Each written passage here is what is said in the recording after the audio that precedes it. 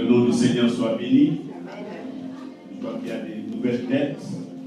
C'est toujours une bonne chose. L'église grandit. Et je prie le Seigneur que cette salle devienne bientôt toute petite. Amen.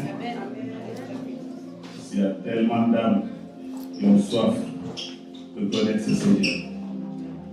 Amen. C'est donc que quand je choisis, Jean m'a dit de choisir un dimanche. Je n'ai même pas pensé que c'était le dernier dimanche de l'année. C'est une bonne chose. Parce que c'est l'occasion de se souvenir que pendant toute l'année, le Seigneur nous a gardés. Et en cela, nous devons le rendre grâce pour sa fidélité et sa bonté. Amen. Si je me souviens bien, la dernière fois quand je suis venu, je parlais donc d'intimité avec le Seigneur. Et ce matin, je voudrais qu'on continue sur ce thème parce que je suis persuadé que l'Église en a besoin. Ce dont l'Église a besoin d'aujourd'hui, ce n'est pas prier pour avoir telle ou telle chose. Et c'est pour prier pour mieux le connaître. Mieux être dans sa présence. Parce que dans sa présence, nous avons tout. Il a tout en lui. Il a simplement besoin qu'on le connaisse davantage, afin qu'il nous dise tout ce qu'il a gardé pour nous d'excellent. Amen. Donc, je vais continuer sur ce thème ce matin, afin que Dieu nous donne de prier, afin qu'il nous donne un esprit de sagesse, un esprit de révélation dans la connaissance de notre Dieu. C'est très important. Vous savez, dans le monde spirituel, même pour regarder de l'autre côté, il y a ce qu'on appelle parfois les initiés. Il y a des secrets qui sont cachés. Il y a des choses qu'on réserve aux gens qu'on sait fidèles. Et je pense que c'est Dieu que nous avons au travers de notre Seigneur Jésus-Christ, pour que nous puissions connaître qui il est véritablement. Nous sommes dans des temps où, qu'on ne le veuille pas, venir à l'église seulement ne suffit pas. Prier, ça dépend de quel type de prière, ne suffit pas. Mais je suis sûr d'une chose, nous devons avoir soif de sa présence. Soif de mieux le connaître. Soif d'avoir des révélations venant de sa part. Soif d'avoir une révélation même de sa propre parole. Parce que vous pouvez lire les Écritures, mais ça ne suffit pas. Encore faut-il que ce que vous lisez vous soit révélé. Parce que la Bible est remplie de mystères. Et seulement ceux qui ont les yeux ouverts spirituellement peuvent comprendre et voir certaines choses. Et nous avons besoin de cela. Le Seigneur nous tend les bras ce matin et nous appelle à avoir soif de sa présence. Amen. Nous allons lire donc dans Éphésiens 1, versets 16 à 19. Je ne cesse de rendre grâce pour vous, faisant mention de vous dans mes prières, afin que le Dieu de notre Seigneur Jésus-Christ, le Père de gloire, vous donne un esprit de sagesse et de révélation dans sa connaissance. Et qu'il illumine les yeux de votre cœur pour que vous sachiez quelle est l'espérance qui s'attache à son appel, quelle est la richesse de la gloire de son héritage qu'il réserve aux saints. Et quelle est envers nous qui croyons l'infinie grandeur de sa puissance, se manifestant avec efficacité par la vertu de sa force. Amen. Je ne cesse de rendre grâce. Et je fais mention de vous dans nos prières, afin que Dieu nous donne beaucoup d'argent. Afin que Dieu vous donne la santé, beaucoup de biens. C'est ce qui est écrit, non? Je pensais ce qui était écrit. Hein?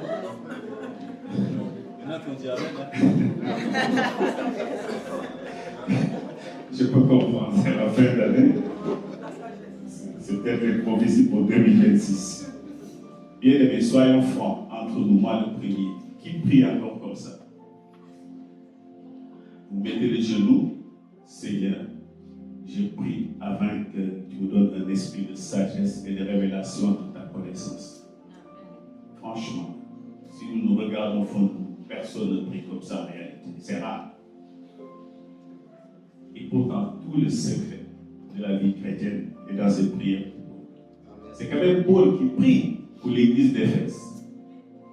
Il dit, je ne cesse dans le gras et je fais mention de vous dans mes prières afin que le Dieu de notre Seigneur Jésus vous donne un esprit de sagesse et de révélation qui vous le fasse connaître. C'est ça qui est important. Et je pense que dans cette prière pour l'apprentissage, c'est une prière que nous devons faire tout au long de l'année. Parce que c'est un secret pour ceux qui sont véritablement spirituels. Parce que quand tu le connais, quand tu as la révélation de sa parole, je pense que tu n'as pas besoin d'autre chose.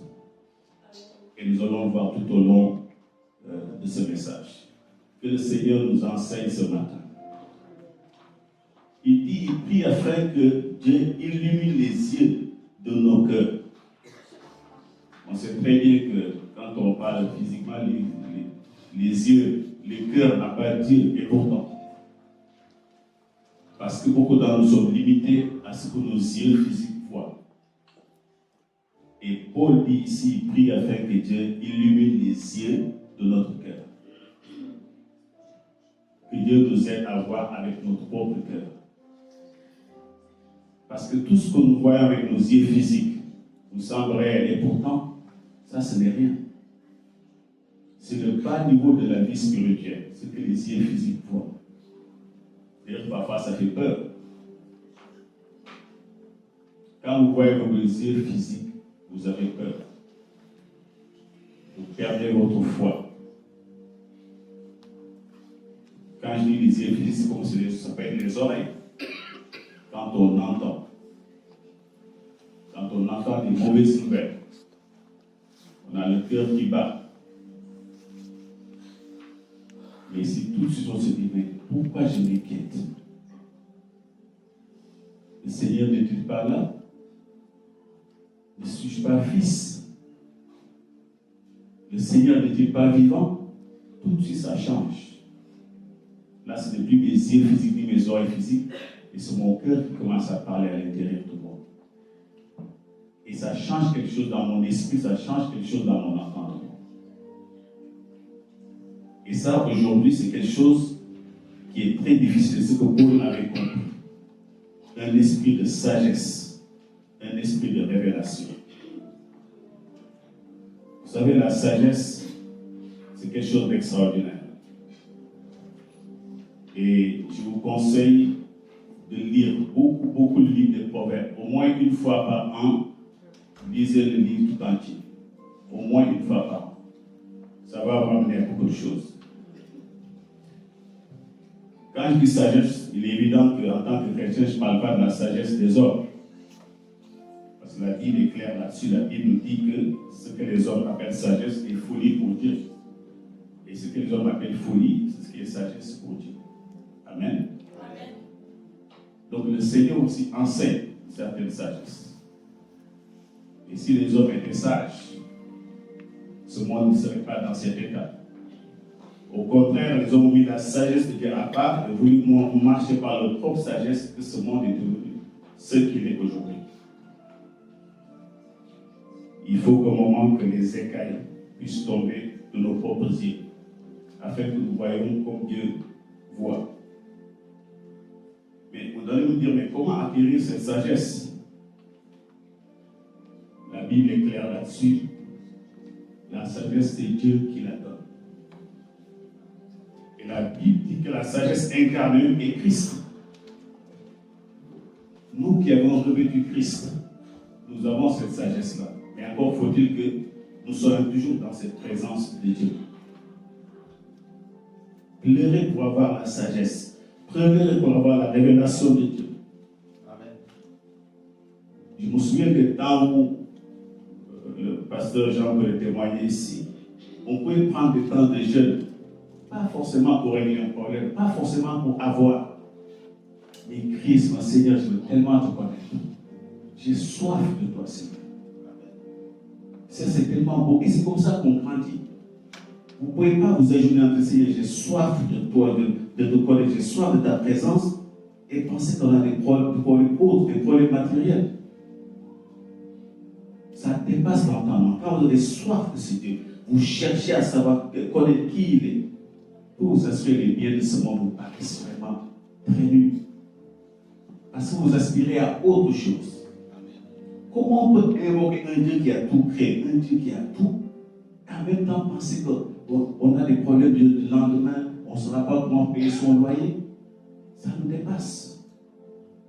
Et Dieu, dans sa fidélité, je ne connais pas quelqu'un qui cherche Dieu de tout son cœur et qui va manquer de quoi que ce soit. Ça, je vous le garantis. À un moment donné, vous avez des réponses aux problèmes matériels, vous n'avez rien demandé, vous voyez des corps qui s'ouvrent, vous ne savez pas comment.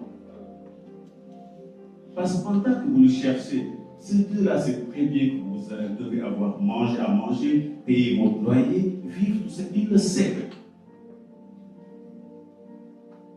Mais si le monde cherche ces choses-là de toutes ces formes et que nous aussi nous cherchons ces choses-là, mais quelle est la différence? Mais quand on le connaît, et vous connaissez qu'un secret, il commence à nous ouvrir son intimité. Nous avons une intimité avec nous, nous connaissons. Croyez-moi que quand vous entendez votre façon de prier change. Vous ne priez plus pour demander. Quand vous dites prière, c'est seulement vous êtes dans l'adoration et la louange et les actions de grâce. Parce que vous savez déjà qu'il ne vous oubliera jamais. Donc quand vous mettez les genoux par terre, c'est seulement vous avez envie seulement de l'adorer. Moi, ce que sont devenus mes instants de prière, ce sont des temps d'adoration, des temps de louange. Parce que Dieu vous révèle, vous connaissez le chemin pour acquérir telle ou telle chose. Vous savez comment faire. Amen. Proverbe 2, verset 6. Car l'Éternel donne la sagesse, de sa bouche sortent la connaissance et l'intelligence. Amen. C'est l'Éternel lui-même qui donne la sagesse. De sa bouche sortent la connaissance et l'intelligence. Encore faut-il l'entendre. Est-ce que vous savez qu'entendre Dieu, c'est possible? C'est possible.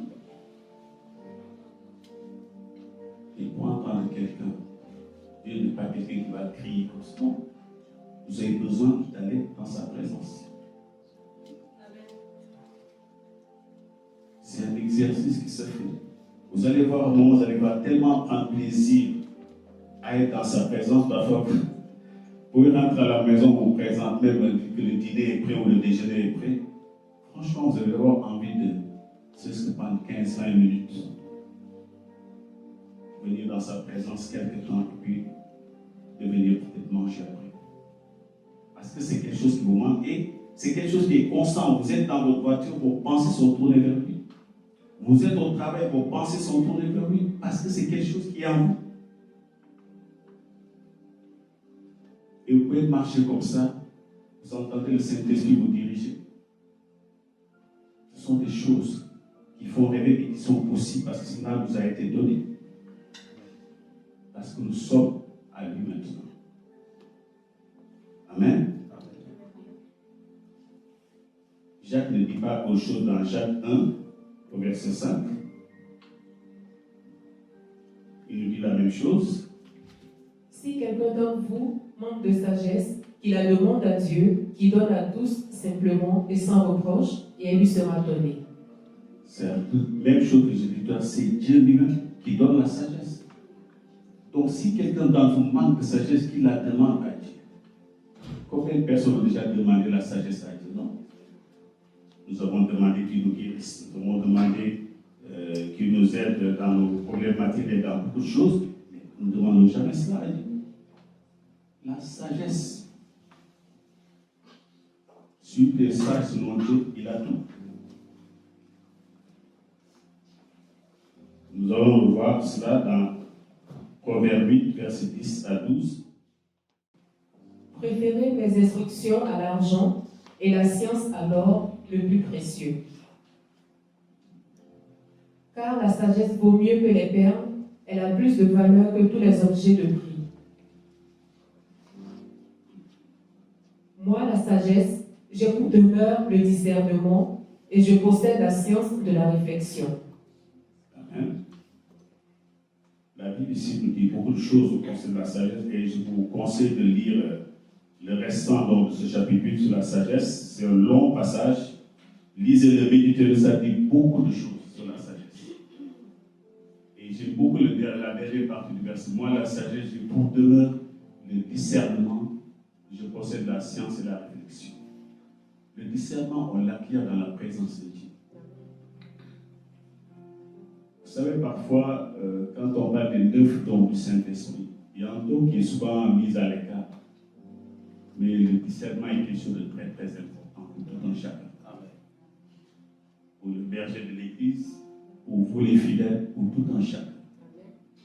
Parce qu'on voit le monde, on est dans un monde où ce n'est pas tout ce qu'on voit qui est la vérité, qui est la réalité. Beaucoup d'églises aujourd'hui ont des problèmes parce qu'il y a eu un manque de discernement.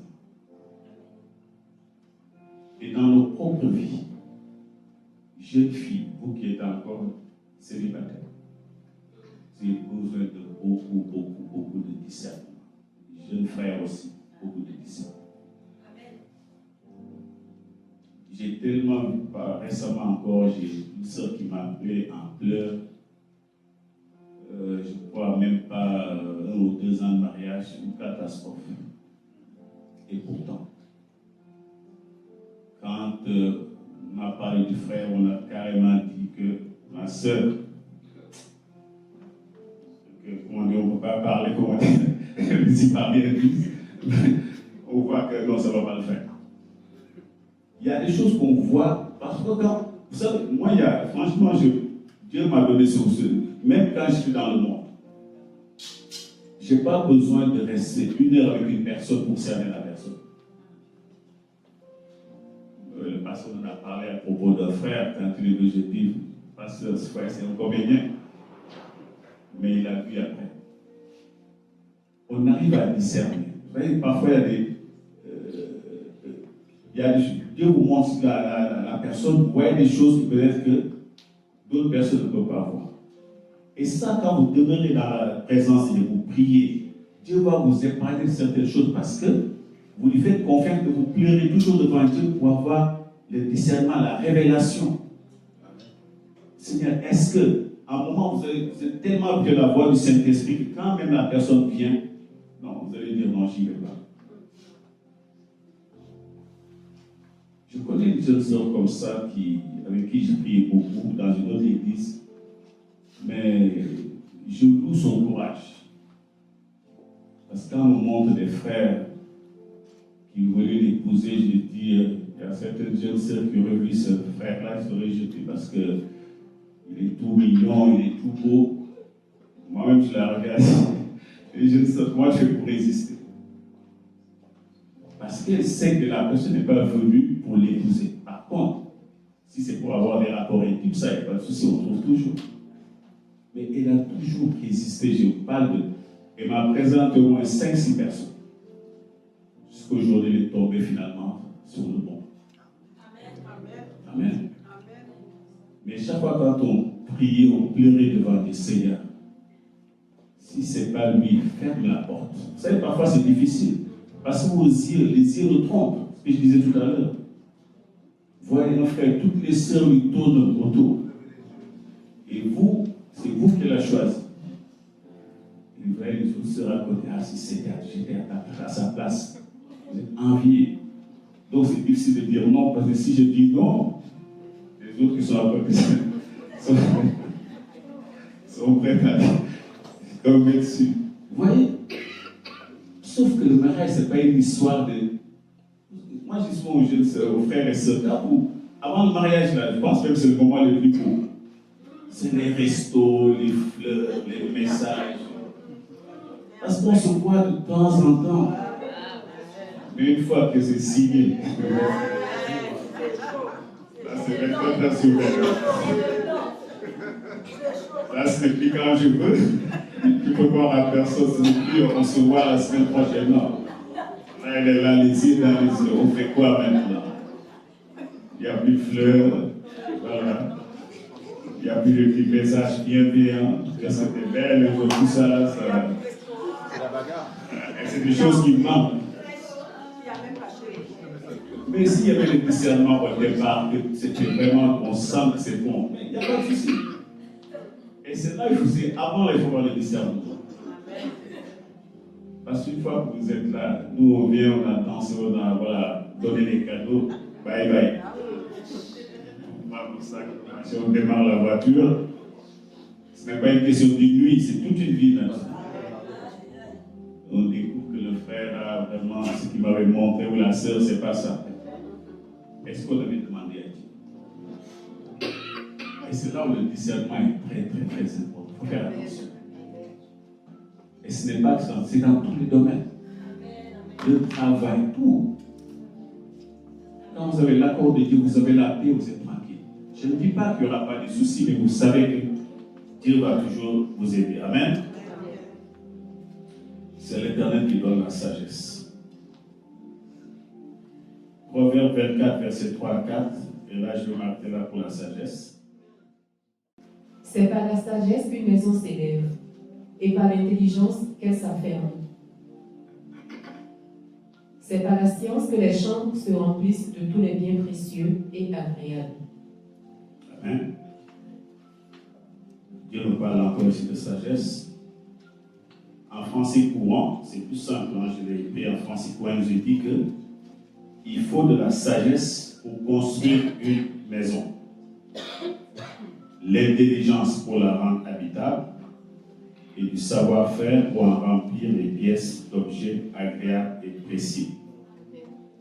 C'est vrai que la sagesse, quand on est sage, il faut que j'ai une maison. Mais il faut que cette maison soit habitable. Si vous faites une maison, il n'y a pas de porte, il n'y a pas de fenêtre, il n'y a pas de toilette, elle n'est pas habitable. Et la Bible dit que ça, c'est l'intelligence qui fait ça.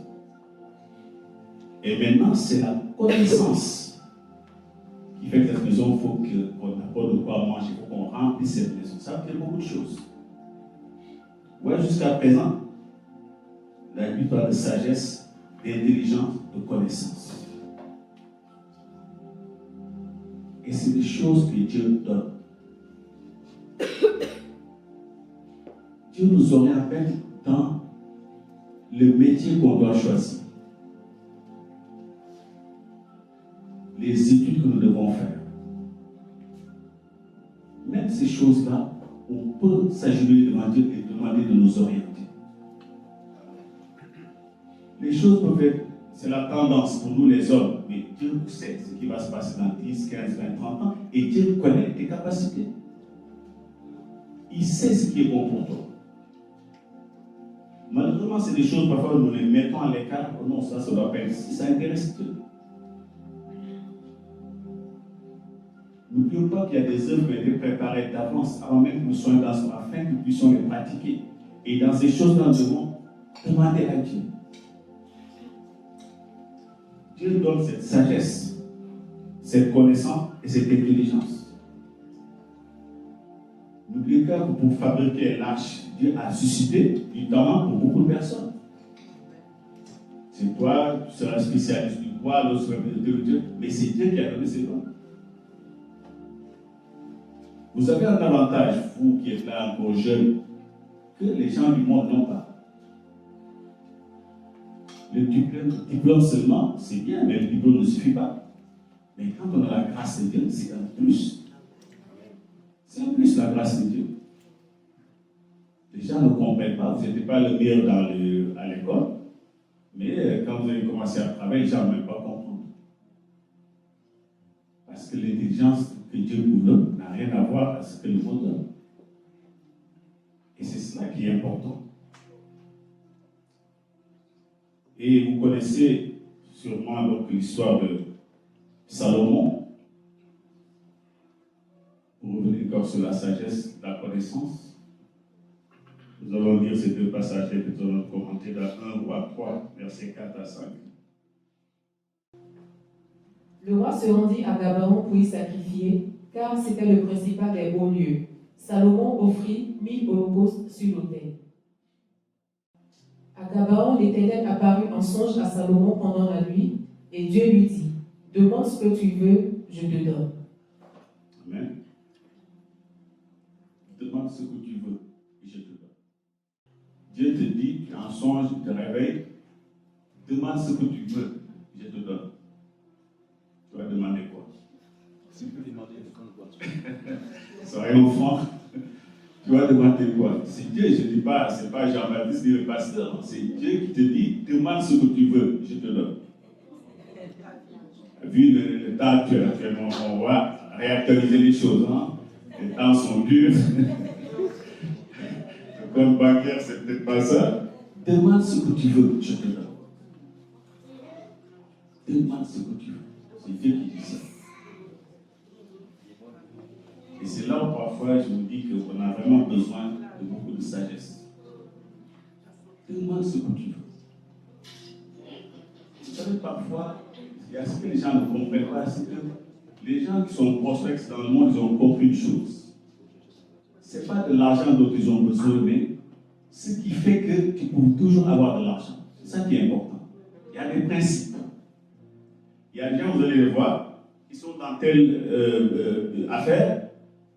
Demain, on vient de faire sa affaire. Ils ouvrent autre chose. En fait, ils connaissent le principe qui fait qu'ils sont toujours prospères. Donc, quelle que soit l'activité dans laquelle vous allez les mettre, ils vont appliquer les mêmes principes. Mais celui qui cherche uniquement l'argent, mais si l'argent finit, tu fais comment? Mais la prospérité a un chemin. Et c'est ce chemin-là qu'il faut maîtriser.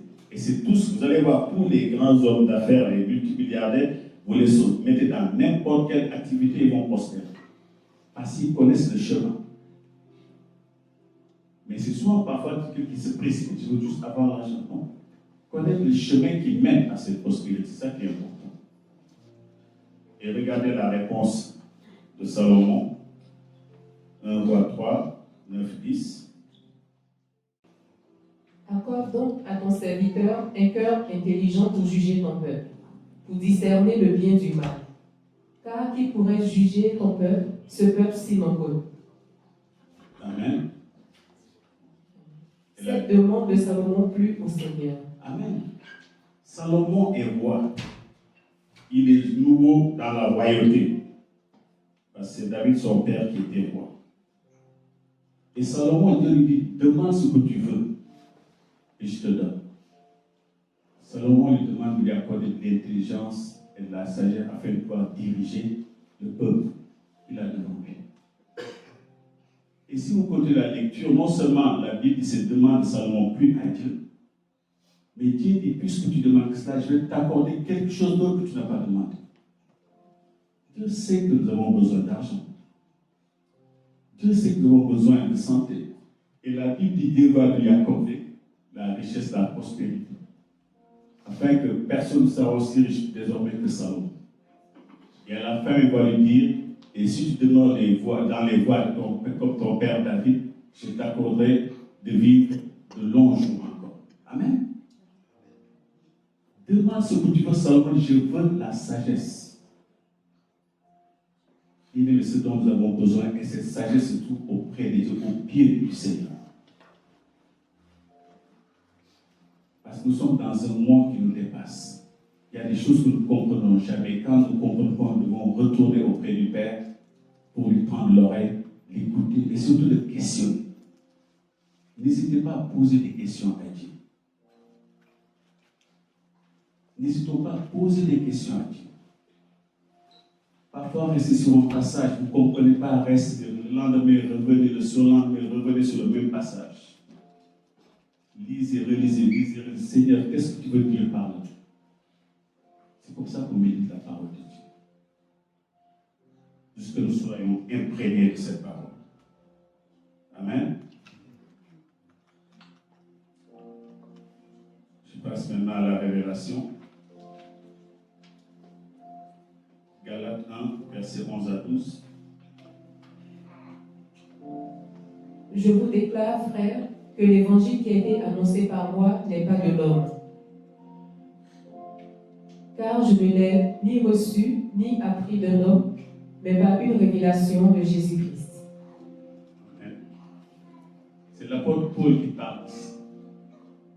Vous savez bien comment que l'apôtre Paul n'a jamais vu Jésus-Christ, du moins physiquement.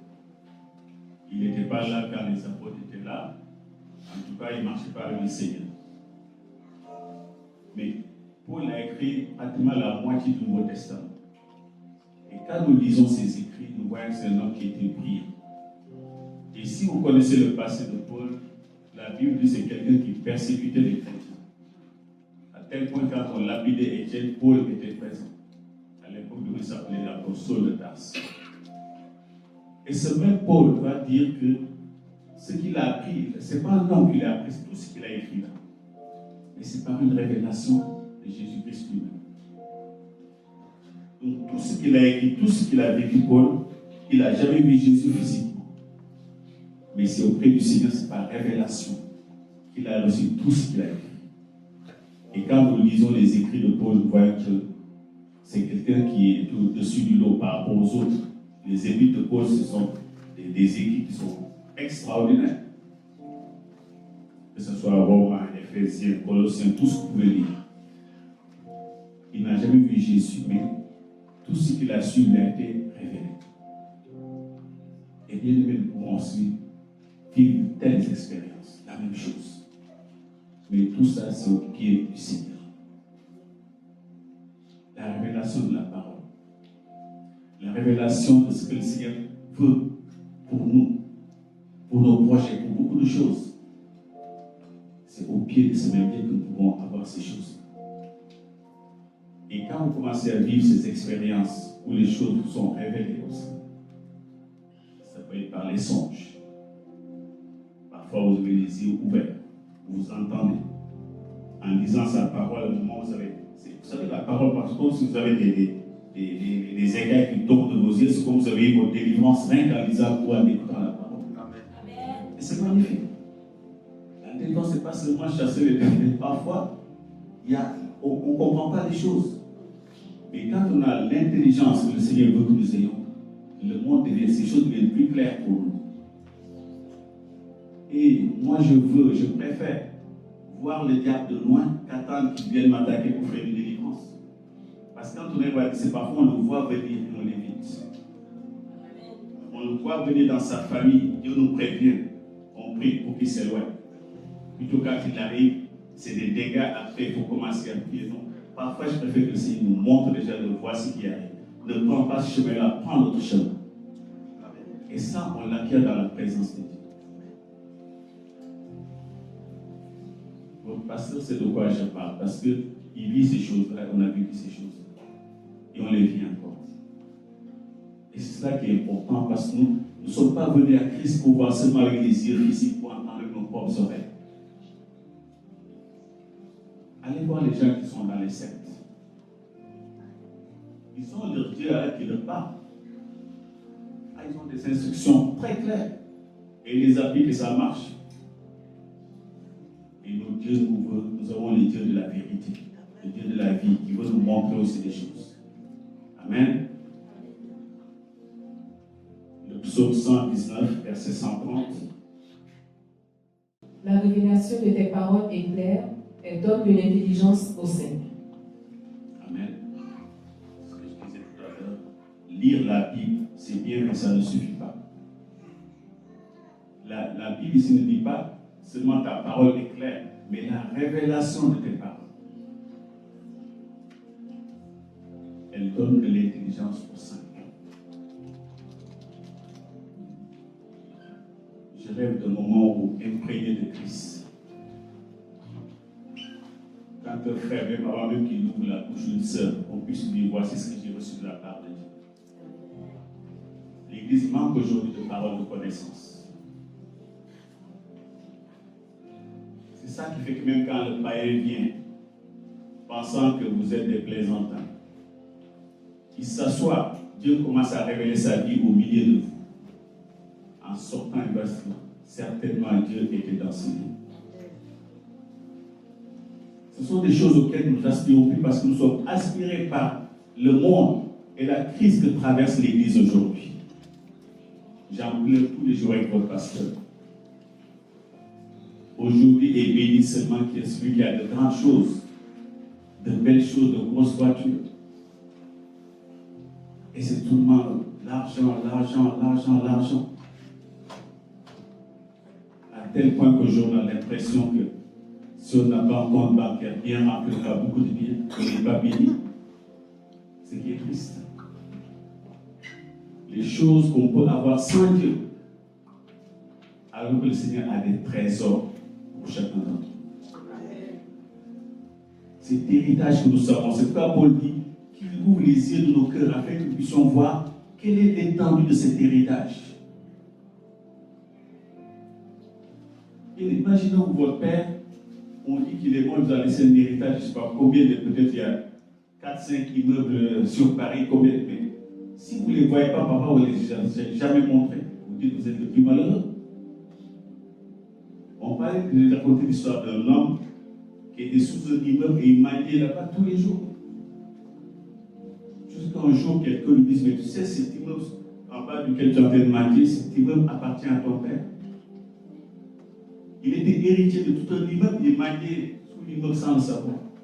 C'est comme ça que nous sommes, nous, beaucoup de chrétiens entre nous.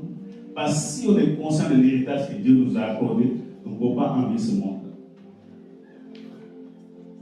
Parce que nous avons, le monde ne peut jamais l'avoir. Et c'est un héritage qui est exceptionnel. Alléluia. Que le Seigneur nous aide à construire. Le Seigneur parlait souvent, si vous remarquez, à ses apôtres. Il leur disait des choses et parfois aux païens, ils disent, à cela je leur parle seulement en parole. Parce que quand on a des secrets, on le révèle aux gens qui sont proches. Et c'est pourquoi nous devons aller dans la présence de Dieu. Vous savez, parfois, je prends des exemples qui peuvent illustrer cela. Imaginez-vous, chacun d'entre nous ici a été au moins, peut-être pas les plus jeunes, et encore, été au moins amoureux une fois dans sa vie. Je pense que je viens voir une sœur pour lui dire que, pour lui montrer que vraiment, je commence par lui dire qu'elle me plaît. Il faut vraiment que je parle d'abord. Et imaginez après, plus de nouvelles. Je reste comme ça, les jours passent, les mois passent. Qu'est-ce que va penser la sœur? Peut-être qu'elle a dit comme ça sans réfléchir. Oui, il s'est trompé. Alors que, comme disent les jeunes, je lui ai tout donné, j'ai donné mon numéro, téléphone, mon Snap, mon Insta. Et je regarde les réseaux, il n'y a jamais de message. Ça ne marche pas. Vous encore, vous avez ça. Nous, à notre époque, c'était le téléphone fixe. On donnait le numéro et puis il fallait appeler à une certaine heure. Les anciens savent de quoi je parle. Et quand ça sonnait, maman, c'est pour moi. Parce qu'on a donné l'heure à laquelle on doit nous appeler. Alors, moi, je me souviens parfois, c'était les cabines téléphoniques. On donnait le numéro de la cabine. Mais si on n'entretient pas cette flamme, si là, pendant ce temps-là, je ne peux pas dire, et puis ma soeur voit qu'il y a des messages. Déjà, je suis à déjeuner au dîner. Le soir, j'envoie bonne nuit. Bonjour, comment tu vas? Ça s'entretient. Et c'est ce que Dieu veut que nous faisons la même chose avec lui. Imagine, tu vas dire, Seigneur, je t'aime, mais trouver même du temps, même ne serait-ce que 10 minutes par jour, dans sa présence, tu ne peux pas. C'est compliqué. Comment peux-tu révéler des secrets à quelqu'un qui n'est pas proche de toi? Imaginez, vous avez des amis qui sont proches à qui vous pouvez tout dire, mais parce que la personne est proche de vous. Vous pouvez lui faire confiance. Et Dieu cherche de tels hommes, de telles femmes qui puissent leur parler, leur révéler des choses pour leur propre vie, pour l'Église. Parfois, ce n'est pas uniquement pour vous. Dieu peut vous parler pour l'Église. Il y a un moment où vous serez tellement imprégné de Dieu que vous êtes là. Avant même que un frère ou une soeur demande un sujet de prière, vous l'avez déjà. Ma soeur, on fait voici ce que Dieu me révèle. Mais ne t'inquiète pas. Ça fait plaisir. Quand vous êtes tellement imprégné, il y a un moment où vous n'êtes plus là pour demander, vous venez, vous décrétez. Il y a des choses qui se font que vous. À un moment, je vous dis que votre prière devant seulement des actions de grâce, la louange et l'adoration. Parce que vous ne suppliez plus, vous savez qui vous êtes. Élisée était tellement imprégné de Dieu que même mort, on vient, on prend un mort, on jette sur le sépulcre d'Élisée. La Bible dit que le mort a repris vie. Même mort, c'est des gens qui respiraient Dieu. Et ce que je rêve pour chacun d'entre nous, que Dieu nous ouvre les yeux ce matin. Que Dieu nous ouvre les yeux. Afin que dans cette fin d'année et d'année qui vient, que Dieu donne une vision claire à son serviteur. Et que Dieu vous donne individuellement chacun une vision de vos propres vies, de vos propres projets. Je suis fatigué des prophéties charnelles. C'est l'année de ton année. Ça fait 15 ans qu'on te dit ça et tu vois rien. Cette année, c'est le mariage. Cette année, non. Bien aimé, que Dieu te donne ta vision à toi. Soit claire.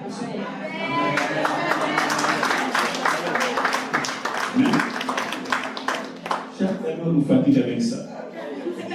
Mon année, on commence à danser. 2027, on va mettre la même chose. Rien n'est clair. C'est facile de tromper les gens avec ça. Dites aux gens, mettez les genoux par terre, Seigneur, donne-moi la vision de mon année. Le pasteur peut avoir la vision globale pour l'Église, pour l'œuvre, mais vous devez avoir une vision pour vos propres vies.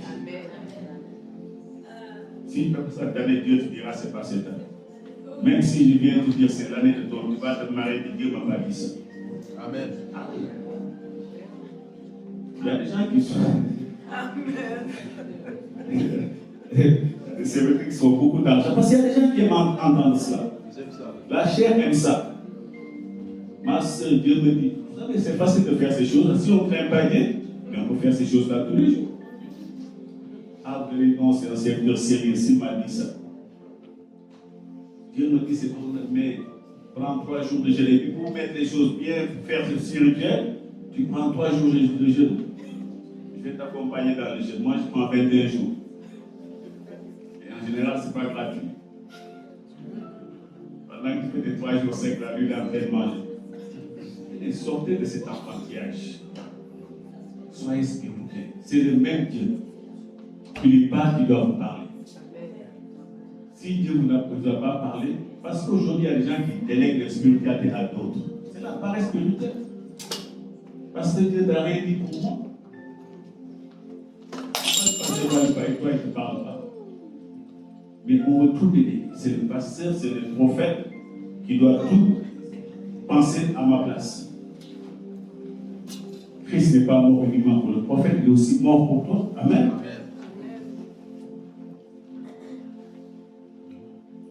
Alléluia.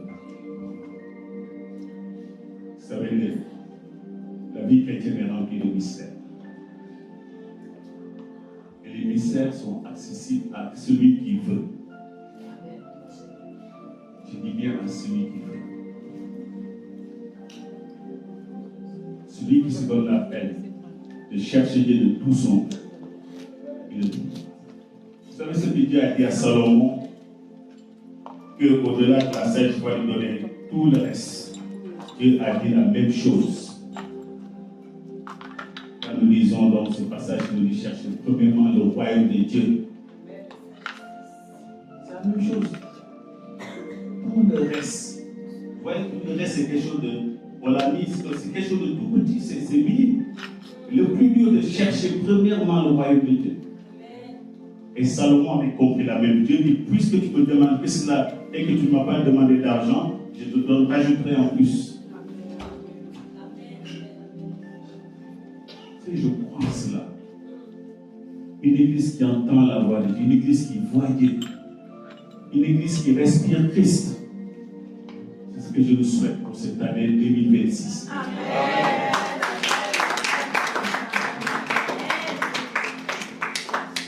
Et quand vos yeux sont ouverts, vous savez, vous n'êtes plus aveugle, vous savez où mettre les pieds. Vous voyez comme Dieu voit. Et votre vie change. Les Écritures, vous allez comprendre en lisant, vous allez voir que votre lecture de la parole va être plus compréhensible, car la sagesse de Dieu vous aura environné. Et c'est ce que nous devons souhaiter dans notre vie. Il faut que Christ nous remplisse, afin que nous puissions avoir la révélation. Vous savez, quand vous le connaissez comme Paul l'a connu, regardez le changement radical de cet homme, qui était prêt à prendre des coups, à être fouetté. Parce que vous savez qui il est. Il va jusqu'à dire pour lui, pour moi la mort est un gain. Il était pressé de rejoindre le Seigneur. Là on a peur de la maladie, de la mort. Quelqu'un qui connaît Christ n'a pas peur de la mort, parce qu'il sait où il va. Et il sait que c'est une autre vie qui commence. Amen. Vous n'avez pas envie de joindre vos voix à celle des 24 vieillards, des séraphins, des chérubins. C'est merveilleux. Oh là là, plus de souffrance, plus de douleur. Vous êtes en haut là. Ah, l'église. Ouais. C'est merveilleux. C'est merveilleux. Quand je pense à ça, tout devient relatif. Mes problèmes de découverte, mes problèmes de ceci, tout ça, on va laisser ça ici. C'est que la vie, parfois, est vraiment quelque chose de terrible. Vous luttez pour avoir des choses, demain vous partez, vous laissez tout ici. En fait, Dieu nous a enfermés dans quelque chose qui fait que personne ne peut se satisfaire uniquement des biens matériels. C'est pas possible. C'est Dieu qui a fait ça. Quand vous lisez dans Romains, le passage de Romains ici, là, c'est Dieu qui a enfermé le monde dans cette absurdité. Parce que Dieu est juste. Si les biens du monde suffisaient à être heureux, il n'y a pas besoin de Dieu. Donc, celui qui n'a rien, il sera toujours m'expliquer. C'est des gens qui ont plus de biens, qui ont plus de problèmes parfois. Parce que plus on a, plus on demande. Parfois, on voit la personne à telle voiture, voilà, une fois qu'on a ça, c'était donc ça, moi je vais encore plus grand. Mon compte bancaire, il y a 10 millions d'euros, mais non, il faut encore. C'est Dieu qui fait cela. Il n'y a que Dieu qui peut combler le cœur de l'homme. À part Dieu, aucun bien matériel ne peut le combler. Donc, au lieu de chercher les biens de ce monde, cherche celui qui peut donner tout. Cherche celui qui bénit au lieu de chercher uniquement la bénédiction. L'Église est en train de glisser bien. C'est à vous de relever cela. Ne cherchez pas ce que les autres, cherchez Dieu d'abord. Ne courez pas après les prophéties, cherchez Dieu. Cherchez à le connaître. Quand vous ne connaissez personne, ne peut vous tromper. Vous êtes là au milieu d'une foule. Dieu vous parle, vous l'entendez. C'est pourquoi quand la femme a touché Christ, Dieu dit, qui m'a touché? Les apôtres n'avaient rien compris. Qui m'a touché? Et parce qu'il a touché une fois, le Seigneur a senti quelque chose entre nous. Cherchons celui qui bénit. Amen.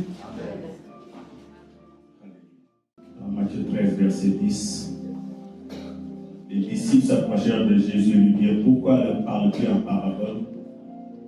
Jésus leur dit, parce que il vous a été donné de connaître les mystères du royaume des cieux et qu'à eux cela n'a pas été donné. Amen. À nous, Jésus dit, il nous a été donné de connaître les mystères du royaume. C'est pourquoi Jésus a promis de ne plus nous parler en parabole. Il va nous parler clairement afin que nous puissions connaître les mystères du royaume. Amen. C'est ce secret qu'il a avec nous, pas le monde. Le Saint-Esprit n'est pas venu par le monde, il est venu en nous afin qu'au travers de nous, le monde soit convaincu de péché. Il est venu pour nous enseigner. Jésus n'est plus là physiquement, mais il a envoyé le Saint-Esprit pour nous enseigner. Amen. Seigneur, ce matin, je te remets ton peuple, moi-même entre tes saintes mains.